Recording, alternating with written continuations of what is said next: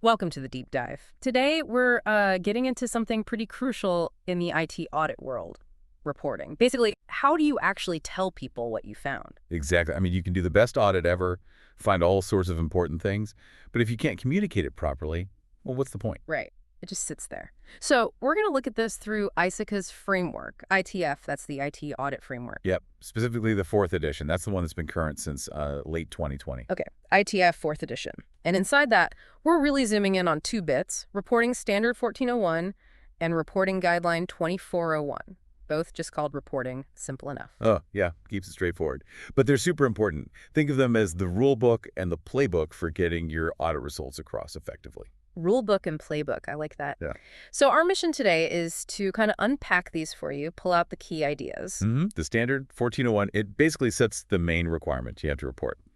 The guideline 2401 then tells you how. It gets into the nitty-gritty. Okay, let's start with the standard then, 1401. What's the absolute core message there? Well, 1401.1 is pretty blunt. If you do an IT audit or assurance job, you need to produce a report. It's the Okay. official output. No report, job's not done. Simple as that. You got to write it up. But it's not just any report, is it? There's a catch about what's inside. Absolutely. That's 1401.2. It says whatever findings you put in that report, well, they need to be backed up. You need sufficient and appropriate evidence. Sufficient and appropriate evidence. Okay. And ITF actually helps define that, doesn't it? It does, yeah.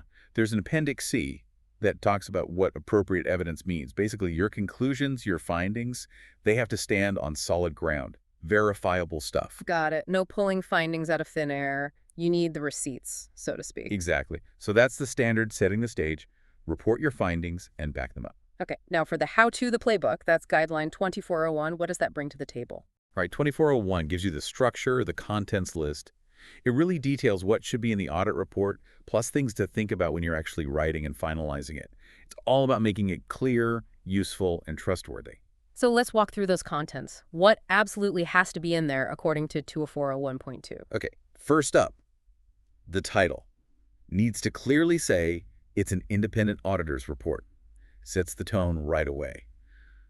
Objectivity. Makes sense, like a clear headline. What's next? The addressee. Who is this report actually for? You need to name them. And then you need to identify the subject matter. What did you actually audit? Like network security or user access control? Precisely. And crucially, who's the responsible party? Usually management for that area. You need to state that clearly. Accountability. Okay, so title, who it's for, what it's about, and who owns it. Got it. What else? Audit objectives. That's 2401.2.5. Why did you do this audit? What questions were you trying to answer? This gives context for everything else. Right. Without the objective, the findings might not make sense. Exactly. And then 241.2.6, the criteria. What did you measure against? Was it COBIT? Maybe ISO 27001 company policy? You need to state the criteria or say where they came from. And transparency is key here too, right? Like if you interpreted a criterion in a specific way. Definitely. The guideline says you should disclose any significant interpretations, how you measured things, or if you had to use a non-standard method. Builds trust. Okay, objectives and criteria, the why and the yardstick. Now, what about the actual audit work itself? Yep, that's 2401.2.2, a summary of the work performed. You need to give the reader a sense of what you actually did. Did you interview people, review logs, do vulnerability scans that helps them understand the level of assurance? So they know how deep you went? Okay, Yeah. and then the big one, the opinion. The opinion, yes. 2401.2.3.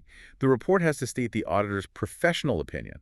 But, and this goes back to 1401.2, that opinion must be based on the evidence you gathered, weighed against those criteria we just talked about. It's not just a feeling, it's a conclusion based on facts. Correct. You have to conclude whether you got enough good evidence to say if the controls are effective or not. Okay.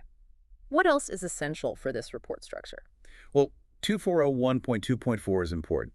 You need a statement identifying where management's own statements about control effectiveness came from. And crucially, it needs to state that management is responsible for maintaining effective internal controls. Reinforces that ownership. Auditors assess, management owns, clear line. Then 2401.2.2 talks about intended recipients again, but also any restrictions on who gets to see the report. Right. Sometimes these things are sensitive. Very. And 2401.2.D ties this back to the audit charter or the engagement letter. Distribution should follow what was agreed upon up front. Okay. And we need signatures, right? Dates. Yes. Signatures and locations of the auditors responsible. That's 20401.220 or no data. Shows accountability. and the date the report is issued, 2401.2.9. It's also good practice, as the guidelines suggest, to mention the dates the actual audit work happened if it's not clear from the summary. Gives that time frame context. Okay, that covers a lot of the structural and formal parts. But what about the actual findings, the stuff management really needs to know? Ah, yes. The core findings. That's 2401.2.211. You need to include your observations, the specific findings, your conclusions based on them, and importantly, recommendations. Actionable recommendations, ideally. Ideally, yes. And if you can figure out the cost to fix things, include that too. The guideline also stresses that recommendations should include management's response, what they plan to do, and when. That closes the loop. It shows engagement. But what if management doesn't agree with the finding? That happens. The guideline suggests a way to handle it. You can document both sides, the auditor's position and the auditee's position, with the reasons. You might even include management's written comments in an appendix or somewhere in the report. So transparency even in disagreement. Exactly. Yeah. And usually the final call on how to present that rests with maybe executive management or whoever oversees the audit function. Okay. Now what about timing? Sometimes things happen after you finish testing, but before the report goes out. Good point. That's covered under subsequent events in 2401.3. These are significant events related to the audit subject that pop up after fieldwork but before the report date. Like that big system outage that happened the day after you finished testing its resilience? Precisely like that. If it's something significant that could change your conclusions, you probably need to disclose it in the report. Do auditors have to actively hunt for these things? No. 2401.3 clarifies you don't have an obligation to detect them. But if significant information comes to your attention, you need to consider it. And 2041.3.2 suggests getting written confirmation from management saying, nope, nothing major happened since you finished. Okay, so be aware, but you don't need to start a whole new audit phase. Got it. Is the written report the only way to communicate? Not necessarily. 2401.4 talks about additional communication. It emphasizes making sure findings, conclusions, recommendations get to the right level of management and governance folks. Sometimes that involves meetings, presentations, More direct conversation. Yeah. And also communicating the basis for your opinion and any limitations, things that might have restricted your audit scope or depth. Makes sense. Keeps everyone on the same page. Anything else in the other considerations part of the guideline, 2401.5? One key thing is getting written representations from the auditee. That's 2401.5.1. Formal statements from management confirming things like, yes, they acknowledged their responsibility, yes, they gave you all the info you asked for, yes, they told you about relevant laws. It's another layer of formal agreement and accountability. So lots of checks and balances to make sure the whole process, right up to the final report, is solid and everyone understands their role. That's the goal.